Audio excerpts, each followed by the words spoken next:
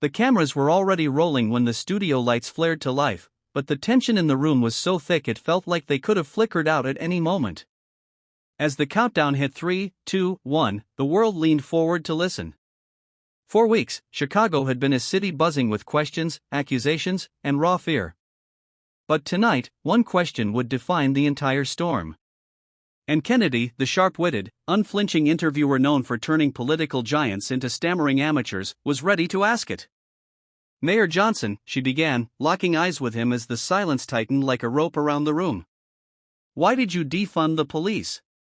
The words fell like a stone dropped from a skyscraper. The mayor didn't speak immediately. His jaw tightened, and for a moment, the fiery arguments of the city outside seemed to echo in the studio, the voices of fed-up parents, frightened shopkeepers, hopeful activists, and officers walking dangerous beats with heavier burdens and fewer teammates. But before he answered, before the cameras captured anything more than a tight-lipped inhale, the story truly began, years earlier.